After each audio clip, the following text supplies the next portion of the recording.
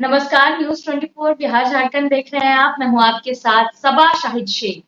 जैसे-जैसे लोकसभा चुनाव 2024 का वक्त नजदीक आ रहा है, वैसे-वैसे बिहार की राजनीति और दिलचस्प होती जा रही। दरअसल लालू परिवार के दूसरे सदस्य की एंट्री भी हो गई है।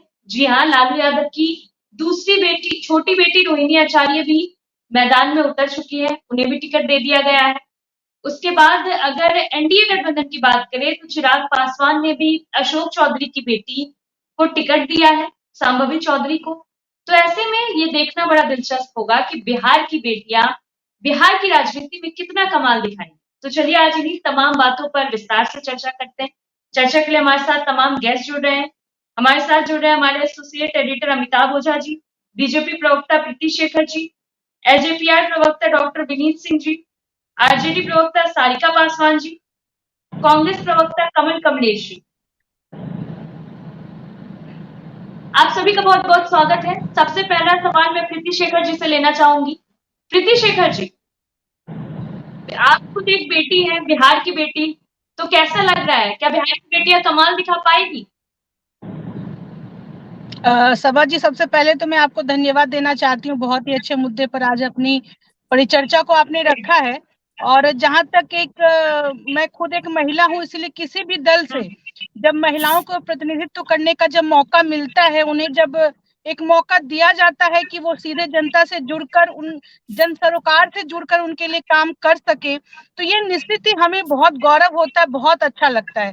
और किसी भी राजनीतिक दल में काम कर रही महिलाओं के लिए प्रेरणा देने की बात होती है। और ये सिर्फ मोटिवेशन होता है कि महिलाएं जब काम करें अपने राजनीतिक दलों में तो वो उन्हें मौका मिल सकता है। थोड़ा दुख तब होता है जबकि महिलाओं के नाम पर राजनीतिक दल यदि काम करने वाली महिलाओं को मौका दे तो वो ज्यादा अच्छा लगता है।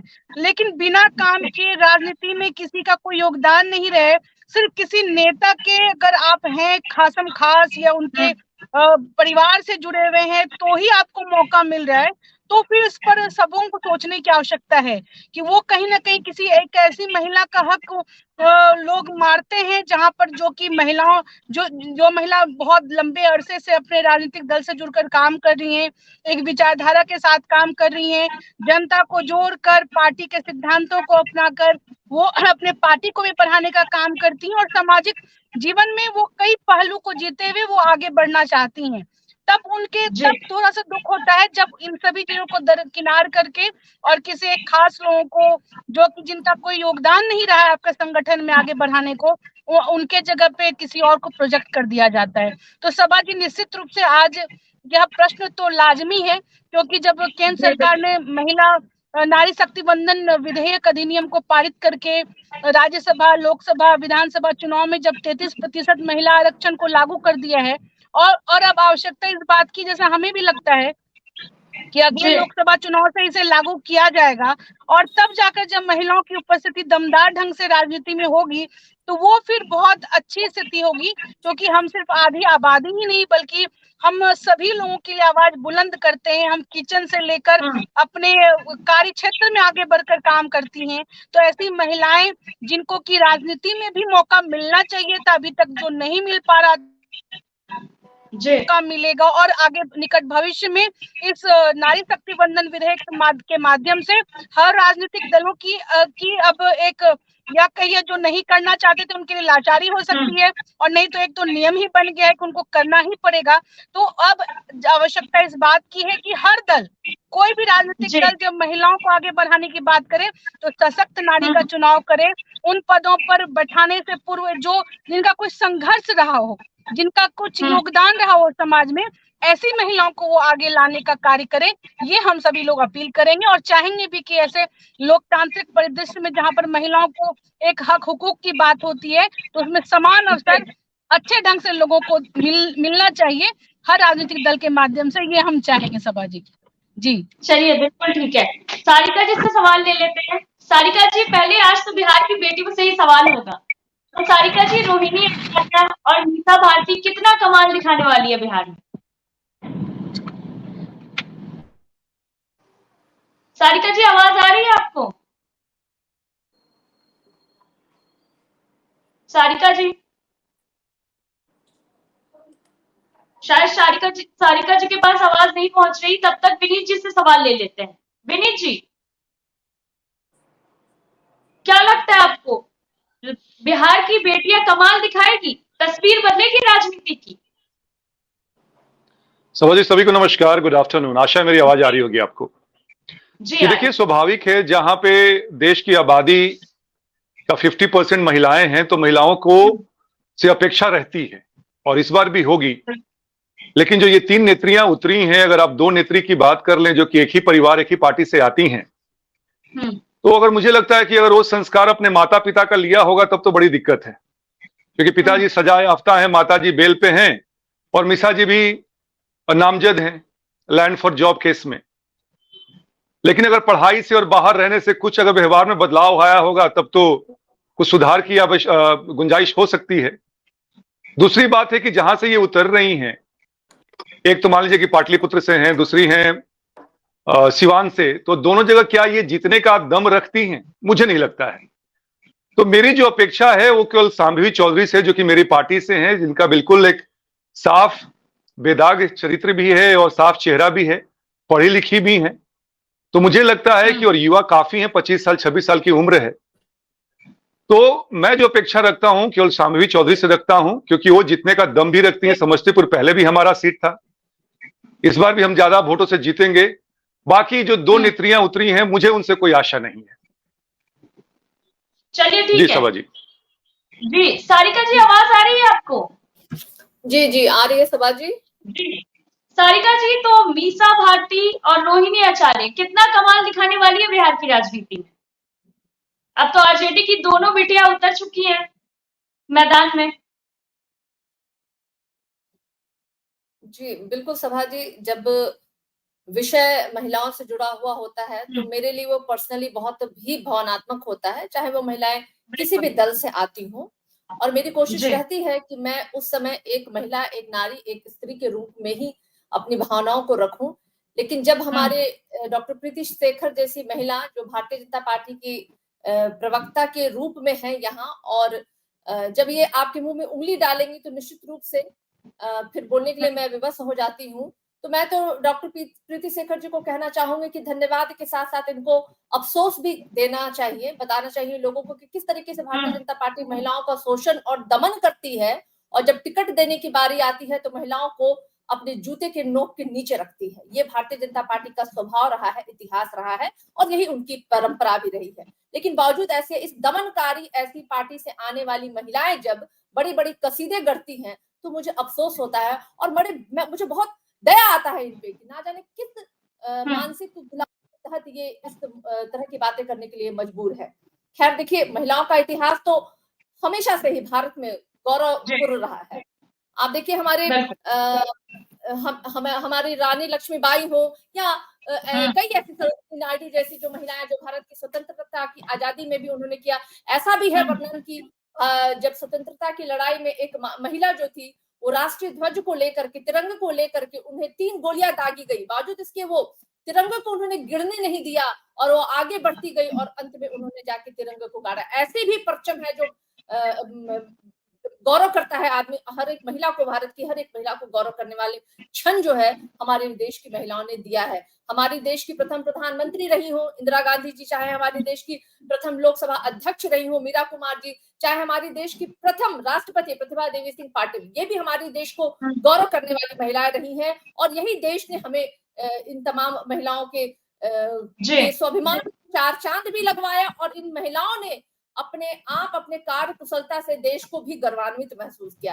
देखिए, रविन्द्रनाथ टैगोर कहा करते थे कि भारत की महिलाएं जो है ना, वो हर तरह की दूरदर्शिता, हर तरह की ऊर्जा से लवरेज महिलाएं होती हैं, और ये सिर्फ ना केवल घर की रोशनी है, बल्कि उस रोशनी की लौ भी होती है, वो यही महिलाएं होती है। और ये महिलाएं जो है भारत के ऐतिहासिक काल से, चाहे स्वतंत्रता संग्राम का बात रहा, चाहे आधुनिक युग में भारत महिलाओं के द्वारा जो योगदान रहता, उसे मुझे नहीं लगता कि कोई भी यहाँ इस पैनल में बैठा कोई व्यक्ति भी इनकार कर सकता है। हो सकता है कुछ क्षण के लिए कोई व्यक्ति जो है अपनी पार्टी के गुणगान में, जैसे डॉक्टर विनीत सिंह कह रहे थे अभी कि भाई मैं तो उम्मीद और अपेक्षा सिर्फ कौन चौधरी है इनकी, उनसे रखते हैं। शांभवी चौधरी से इसलिए उम्मीद रखते हैं क्योंकि सांभवी चौधरी के पिताजी जो है ना, वो एक बार कांग्रेस का घाट का पानी पिए, फिर जनता दल यू का घाट का पानी पिए, घाट घाट का पानी पी के आज वो अपनी बेटी को राजनीति में उतार दिए है। अरे ऐसी बड़ी बड़ी बातें करते हैं, जैसे सांभवी चौधरी जो है उनका इतिहास ऐसा रहा है, जैसे भारत की आजादी में उनका योगदान रहा, या उन्होंने भारत के नवनिर्माण में उनका योगदान रहा, या उन्होंने कोई भारत रत्न प्राप्त हुआ। अरे क्या किया उन्होंने देश के प्रति भाई? अरे इतना ही योगदान रहा ना कि उनके पिताजी ने घाट घाट का पानी पिया, दल बदल के उन्होंने राजनीति रोटी सेकी, और आज उसी तहत उनको टिकट मिल गया। और ये कह रहे हैं कि समस्तीपुर सीट इनकी थी। ये भूल गए हैं कि समस्तीपुर सीट तो उनकी थी जो जिन्होंने पार्टी को दो भाग में इन लोगों ने बंटवा दिया, स्वर्गीय रामविलास पासवान की पार्टी को दो भाग में बंटवा दिया। खैर मैं इन बातों पे नहीं जाऊंगी सभा जी, मेरे लिए गर्व का विषय है कोई महिला अगर आगे बढ़ रही है, तो मुझे लगता है कि ये तमाम समाज के लोगों का दायित्व बनता है कि हम समर्थन दें उनको आगे बढ़ने का मौका दें। महिला होने के नाते ना तो मैं सांभवी चौधरी के पैर को काटना चाहूंगी, ना मैं मीसा भारती के पैर को काटना चाहूंगी, ना मैं प्रीति शेखर जी के पैर को काटना चाहूंगी, ना ही मैं रोहिणी आचार्य जी के पैर को काटना चाहूंगी। मुझे लगेगा कि मैं उनको और उनके पैरों में अपनी भी ताकत दे दूं कि वो दुगनी रफ्तार से आगे बढ़े, क्योंकि कहीं भी आगे बढ़ेगी तो नाम तो एक महिला का ही होगा। तो मुझे लगता है ये गौरवान्वित करने वाला विषय और हर एक महिला को यानी सारिका जी रोहिणी आचार्य जी, सारिका जी रोहिणी आचार्य मीसा भारती जीत का सेहरा आरजेडी को देने वाली है। कि आप भी गौरवान्वित। सारिका जी की आवाज क्लियर नहीं आ रही, तब तक कमल कमलेश जी से सवाल ले लेते हैं। कमल कमलेश जी, जैसा कि आपने अभी आप पूरा डिस्कशन तब से सुन रहे हैं, जैसा कि प्रीति शेखर जी ने बोला कि जिसमें योग्यता होनी चाहिए, जिन्होंने काम किया है, जिन्हें काम करने का मन है, उन्हें टिकट मिलना चाहिए, परिवारवाद को बढ़ावा नहीं देना चाहिए। और जैसा कि विनीत जी ने कहा कि इन्हें सिर्फ सांभवी चौधरी पे भरोसा है, रोहिणी आचार्य और मीसा भारती का वो नहीं कह सकते हैं। तो ये सब सुनने के बाद आप क्या कहना चाहते हैं? मतलब आपको कैसी तस्वीर नजर आ रही है?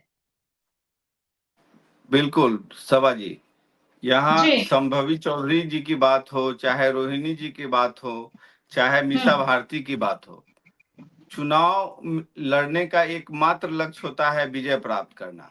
यदि आप किसी मजबूत कैंडिडेट के सामने यदि कमजोर को खड़ा करेंगे तो वैसे भी वो चुनाव नहीं जीत पाएंगे। तो पहली प्राथमिकता है कि हम कैंडिडेट का चुनाव कैसे करते हैं और किस रूप में करते हैं। तो कहीं ना कहीं से आपको रोहिणी आचार्य जी सारण से हो रही हैं, उनके सामने में आपके राजीव प्रताप रूढ़ी जी हैं। तो रूढ़ी जी का इतिहास रहा है कि प्रधानमंत्री जी का सपना था कि स्किल इंडिया करेंगे, लेकिन उन्होंने उस प्रोग्राम को किल इंडिया में तब्दील कर दिया, जिसके कारण वो आज मंत्री पद से भी उनको हाथ धोना पड़ा और सरकार से भी बाहर हो गए। तो रूढ़ी जी का इतिहास जो है भ्रष्टाचार में लिप्त रहा है, जिसके सामने में कहीं ना कहीं रोहिणी आचार्य जी मजबूती के साथ अपना काम करेंगी। जैसा कि हम लोग पहले भी जान चुके हैं, रोहिणी आचार्य जी का जो स्वभाव है और जो नेचर है, उन्होंने अपने पिताजी के लिए क्या बलिदान दिया, ये किसी से छुपा हुआ नहीं है। तो कहीं ना कहीं उन्हें और देश की जनता भी देख रही है कि रोहिणी आचार्य पूरी तरह से वहां काम करने में और सक्षम है और किन्हीं भी कैंडिडेट से अच्छा काम करेंगी और दिल की इतनी अच्छी है जिसका उदाहरण आप पहले भी वो अपने आप को साबित कर चुकी है। रही बात वो कहीं बाहर रह रही थी फिर आई यहाँ, तो स्वाभाविक है वो इससे पहले उनकी शादी हुई है, बाहर जहाँ रह रही है, लेकिन जब जिम्मेदारी उनको यहाँ मिलेगी तो वो निश्चित रूप से यहाँ काम करेंगी और अच्छा काम करके दिखाएंगे। यहाँ तो देश को कैसे बढ़ाना है और कौन कितना काम करके देगा उस पर डिपेंड करता है। आज देश में जितने भी पहले में एमपी बने हैं अभी बीजेपी की सरकार में, उनको तो पूरी तरह से छोड़ दिया गया। एक भी बीजेपी पहले बोलते थे कि इतना स्मार्ट सिटी बनाएंगे, तो वो सब तो ख्वाब में ही रह गए और जुमला ही साबित हुआ। बोले थे कि गांव को गोद लेंगे, एक एक एमपी जो है 5-5 गांव को गोद लेंगे, कहाँ गया वो सब चीज। तो ये सब सिर्फ कहने की बातें हैं और बीजेपी सिर्फ कहने में विश्वास रखती है और उसको जमीन पे लाने से उसका कोई मतलब नहीं और कोई सरोकार नहीं होता है। अब आम जनता जाग चुकी है और इस बात को इसी चुनाव में, इसके आगे भी नहीं जाना है, इसी चुनाव में बीजेपी को इतने कस के पटकेंगे हम लोग कि वो फिर दोबारा उठने का नाम नहीं लेंगे। और बात करते हैं 100 साल की, तो उनको 100 साल की छठी का दूध याद आ जाएगा इस चुनाव में। जी सभा जी। चलिए ठीक है प्रीति जी, जबरदस्त पटखनी मिलने वाली है आप लोगों को। तो कमल जी खुलेआम कह रहे हैं ये देखिए बीजेपी को सभा जीत जी, पाएगी। सभा जी मुझे बहुत हंसी आ रही है कमलेश जी के इस वक्तव्य से। इनकी पार्टी ने जिन्होंने महिला आरक्षण का विरोध किया है, उनको तो महिलाएं उनके उनके हर जितने भी लोकसभा क्षेत्र से जो प्रत्याशी हैं आदि आबादी उनको धूल चटा देंगी। ये क्या धूल चटाएंगे, जो पूरे देश में जहां से ये भारत जोड़ो यात्रा इनके नेता निकालते हैं, पीछे से उनकी पार्टी टूटते जाती है, उनके नेता छूटते जाते हैं और उनके नेता भारत जोड़ो यात्रा पर निकले हुए थे। तो आप यह इनके लिए देखिए, भारतीय जनता पार्टी को कुछ करने की आवश्यकता ही नहीं है। मुझे लगता है कमलेश जी के पार्टी के जो नेता हैं युवराज राहुल गांधी जी, वो काफी है अपने पार्टी की नैया डुबोने के लिए, वो काफी है अपने जो वोट बैंक है उसको खत्म करने के लिए। और यह मुझे मैं सिर्फ कह नहीं रही, बल्कि आप पूरे देखेंगे कि पूरे देश में आज कांग्रेस की क्या स्थिति हो चुकी है। और अभी सारिका जी नहीं जुड़ी हैं, मैं सारिका जी का भी मैं जवाब देना चाहती थी, वो रहती तो और अच्छा लगता मुझे बोलने में। सभा जी आप देखिए कैसे सारिका जी को यदि अभी जो बिहार में वो रोहिणी जी को मिला टिकट, तो रोहिणी जी के बदले सारिका जी को मिलता तो मुझे खुशी होती कि एक वर्कर को मिला। लेकिन घर बैठे बैठाए सिर्फ लालू जी राबड़ी जी की बेटी है, मात्र यही काबिलियत यदि किसी में हो और उसके बदौलत यदि किसी को टिकट मिले तो मुझे आपत्ति है। और वो या किसी भी दल में, मैं कहती हूँ कि यह सिर्फ आरजेडी में नहीं, किसी भी राजनीतिक दल में महिलाओं को उनकी योग्यता से पहचानी जानी चाहिए, उनको योग्यता के आधार पर उनको मौका मिलना चाहिए, न कि वो किसी नेता के बेटी या उनकी बहू या उनकी बहन है, मात्र इस योग्यता के आधार पर उनको मौका मिलना चाहिए। और सभा जी देखिए, ये आखिर बदलाव कब होगा? हम कहते हैं बातें तो करते हैं, लेकिन आज मैं इसको पॉलिटिकली ले ही नहीं रही। आपका जो ये टॉपिक है ये बहुत अच्छा विषय है। मैं हर एक लोगों से कहना चाहूंगी, हर एक पार्टी से के दलों के नेताओं से भी मैं अपील करना चाहूंगी। मैं सारिका जी की तरह यह नहीं कह सकती, अभी जुड़ रही है वो, अभी कनेक्ट हो रही है, सुन रही है मेरी बात, तो बहुत अच्छी बात है कि मैं उनके तरह नहीं कह सकती कि बस रोहिणी जी सिर्फ लालू जी की बेटी है इसलिए उनको टिकट मिले तो हम बड़े खुश हैं, वो हरा देंगी और कमलेश जी के तरह की सारण में जो है ना वो पटकनी दे देंगी। ऐसा बिल्कुल नहीं है। आज के तिथि में नरेंद्र मोदी जी की नीतियों से सभी लोग प्रभावित हैं और सबसे ज्यादा उन्होंने किसी के लिए काम किया है तो वो महिलाओं और युवाओं के लिए काम किया है। आज बता दीजिए ना संसद में कैसे राष्ट्रीय जनता दल कांग्रेस के समर्थन में खड़ी हुई थी, उनके नेता वहां जाके खड़े होकर भाषण दे रहे थे। तो अब फिर उनका क्या आइडियोलॉजी है? एक तरफ जब महिलाओं को मौका मिलता है तो होनहार योग्यताधारी जो सारिका जी इतने दिनों से राष्ट्रीय जनता दल में काम करी, उनको ही मौका मिलना चाहिए था, क्यों रोहिणी जी को मौका मिल गया? मुझे तो लगता है कि इनको बोलना चाहिए और हर एक लोग। चलिए ठीक है, सारिका जी से ही जवाब ले लेते हैं। सारिका जी, प्रीति शेखर जी आप नहीं थी तो वो कह रही थी कि अगर रोहिणी आचार्य को जगह मिला, टिकट मिला, अगर वो आपको मिलता तो उन्हें ज्यादा खुशी होती। क्या आप पार्टी में वर्कर हैं, आप काम करती है, पार्टी के लिए इतना कुछ सोचती है, तो बैठे बिठाए उनको टिकट मिल गया और आपको नहीं दिया गया कुछ? देखिए सभा जी, मैं सुन रही थी, मैं भले ही स्क्रीन पे नहीं थी लेकिन मैं प्रीति शेखर जी की बात को सुन भी रही थी और मैं इसके लिए उनको धन्यवाद भी पेश करना चाहती हूँ कि वो मेरे लिए इतनी अच्छी बातें सोचने, मेरी शुभचिंतक है और यही भावना मेरी प्रीति शेखर जी के साथ भी है। मैंने कहा कि दल से ऊपर उठ कई बार महिलाओं को अपने महिला सशक्तिकरण और अपने महिलाओं के विषय पे बोलना चाहिए और यही बात मैंने कही कि भारतीय जनता पार्टी महिला है। मैंने इसलिए कहा क्योंकि भारतीय जनता पार्टी ने लोकसभा की सीटें बांटते वक्त किसी भी महिला को ध्यान में नहीं रखा। ये महिला सशक्तिकरण की बात करने वाले लोग, प्रधानमंत्री जी बड़े बड़े मंचों पे जाकर के माता और बहनों के तारीफ में दोहे और कसीदे कर रहे थे, माता शक्तिकरण की बात कर रहे थे। माता के आंचल के पीछे खड़े होकर के वो माता और बहनों का जब शोषण करे कोई पार्टी या कोई नेता, तो निश्चित रूप से हर एक महिला को आवाज उठानी चाहिए। मैं उठाती हूँ, लेकिन मैं अभी नहीं उठा सकती क्योंकि हमारी पार्टी ने बहुत महिलाओं को आगे बढ़ने का मौका दिया और लगातार वो दे भी रहे हैं। संगठन से लेकर के, सदन से लेकर के लोकसभा तक के में आप देखिए, अभी तो कोई और नाम आने वाली है महिलाओं की जिनको जगह दी जाएगी पार्टी में, मुझे पूरा यकीन है इस बात का। तो हमारी पार्टी ने हमेशा से ही सारिका जी माफ कीजिएगा, लेकिन कहीं ना कहीं तो बात तो ये है कि अपने परिवार वालों को जगह देने के बाद, सेट करने के बाद दूसरी महिलाओं को दिया जाएगा क्या?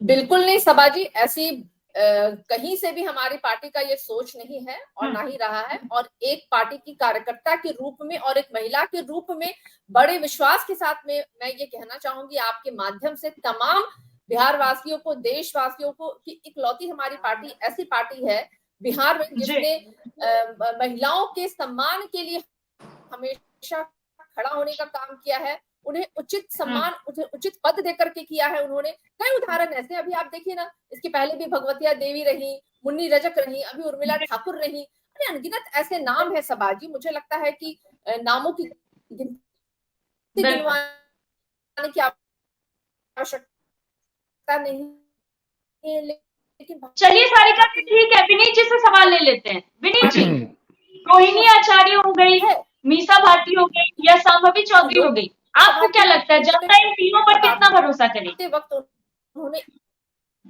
सारिका जी ठीक है, फिर आपके पास आते हैं। आप नेटवर्क इशू हो रहा है आपके साइड से कुछ, तब तक विनीत जी से सवाल ले लिया मैंने। एक जी विनीत जी। सभा जी, अभी सारिका जी कह रहे थे शांभवी चौधरी जी के बारे में, मुझे लगता है कि मीसा भारती और रोहिणी आचार्य मदर टेरेसा है लोग। कोरोना में मीसा भारती तो डॉक्टर भी हैं, आज तक एक बार स्टेथोस्कोप लगाया नहीं है। तो कोई ये हमें ज्ञान नहीं दे कि हमारी जो उम्मीदवार है उन्होंने क्या किया है, पहले अपने गिरोबां में देखें। कहते हैं ना कि दूसरे के ख्यालात का लेते हैं, तफ्तीश करते हैं और अपने गिरोबां में झांका नहीं जाता है, तो ये वाला आलम है। जहां तक बात रही है कांग्रेस के प्रवक्ता की, तो कब्र में लेटे हैं लेकिन फिर भी ऐंठ रहे हैं। सारे लोग इनके पूर्व अध्यक्ष छोड़कर चले गए, इनके प्रवक्ता छोड़कर चले गए। 9 सीट लेने में तो एड़ी चोटी का जोड़ लगाना पड़ रहा है। पूर्णिया में क्या हुआ कुछ मालूम ही नहीं है। आपके सवाल पे आते हैं सभा जी, मैं फिर से कहूंगा कि 2 बेटियों से मैंने कहा कि अगर परिवार का संस्कार लिया होगा तो उनसे मुझे कोई आशा नहीं है। पहले तो वो जीतेंगी नहीं, स्वाभाविक है। जहां तक बात रही है हमारी पार्टी की शांभवी चौधरी की, वो बिल्कुल जीतेंगी, और जीतेंगी तो LSR से पढ़ के आई हैं, दिल्ली स्कूल ऑफ इकोनॉमिक्स से पढ़ के आई हैं, वो भी सोशियोलॉजी में। तो उनका जो सोच होगा आउट ऑफ बॉक्स होगा, क्रिएटिव थिंकिंग होगा, जो कि कहीं से भी पैरेलल नहीं है मीसा भारती के और रोहिणी आचार्य के। तो मैं उनके जीत के लिए आश्वस्त हूं। हाँ, वो जरूर बदलाव लाएंगे समस्तीपुर में और बिहार के समाज में, खास करके महिलाओं में। जी कमल जी, विनीत जी को सुना आपने, ये तो संभवी चौधरी पे पूरा भरोसा जता रहे हैं और कह रहे हैं कि इन्हें रोहिणी आचार्य और मीसा भारती से तो कोई उम्मीद है नहीं। आप लोगों को है उम्मीद? बिल्कुल, मैंने पहले भी कहा और अभी भी कह रहा हूं कि मीसा भारती और रोहिणी आचार्य जी मजबूत कैंडिडेट हैं हमारे यहाँ से, उसमें कहीं कोई दो राय नहीं है। और हम लोग मजबूती के साथ दोनों सीट पे लड़ेंगे।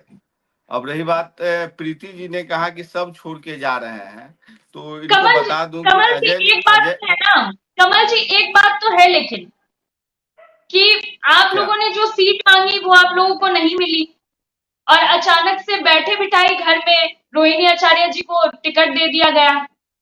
बात तो कहीं ना कहीं लगने वाली है। नहीं, हम लोगों ने जो सीट मांगा नहीं मिला, कहीं ना सही कहीं ये बात है, परिवारवाद को तो बढ़ावा दिया जा रहा है ना।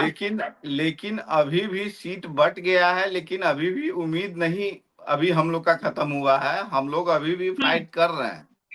ऐसा नहीं है कि सीट मिल गया और चुनाव हो गया। अभी भी बहुत संभावना है कि हम जहां मांग रहे हैं या हमारी जहां पे है, हो सकता है उसमें कुछ चेंजिंग आए। मैं ये दावे के साथ कह रहा हूँ। रही प्रीति जी की बात, प्रीति जी ने कहा कि आपके यहाँ से सारे छोड़ के जा रहे हैं, विनीत जी भी ने कहा। आज हमारे यहाँ अजय निषाद जी जो हैं अभी के सांसद, इन्हीं के सांसद हैं बीजेपी से, उन्होंने हमारे यहाँ आज सदस्यता हमारी ली। तो कहीं ना कहीं उनको ये लगने लगा है अब कि हमसे अब सब चीज छूट रहा है। जैसे बालू को जितना हम कस के दाबेंगे वो हाथ से छूटते जाता है रेत को, उसी तरह से हो रहा है अभी।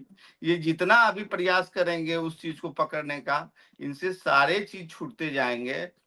और एक समय ऐसा आएगा सिर्फ इनके पास, जब मुट्ठी खोलेंगे तो इनको खाली हाथ नजर आएंगे। जी सभा जी। चलिए ठीक है। प्रीति जी, प्रीति जी आवाज आ रही है आपको? प्रीति जी, शायद प्रीति जी तक आवाज नहीं जा रही। तब तक विनीत जी से सवाल ले लेते हैं। विनीत जी एक प्रोफेसर भी है, तो वो अच्छे से इस मुद्दे पे समझा पाएंगे अगर प्रीति जी से सवाल नहीं ले पा रही तो। विनीत जी, आपको क्या लगता है, अब जो महिलाओं को मौका मिला, चाहे वो जो भी हो, जिस पार्टी की हो, चाहे रोहिणी आचार्य हो, मीसा भारती हो या संभवी चौधरी हो, तो अगर ये जीत जाती है तो ये क्या नया बदलाव करेगी?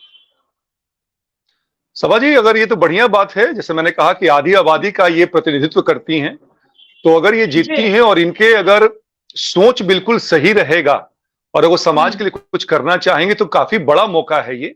आप सदन की सदस्य बनेंगी, सांसद बनेंगी, सांसद में जाएंगी आप, तो आप बहुत सी चीजों को बदलाव ला सकती हैं। और मुझे लगता है कि विशेष करके बिहार में जो महिलाओं की स्थिति कमोबेश थोड़ी सी कमजोर रही है देश के हिसाब से, तो उनके बदलाव में ये काफी इनका सहयोग जो है बड़ा रहेगा।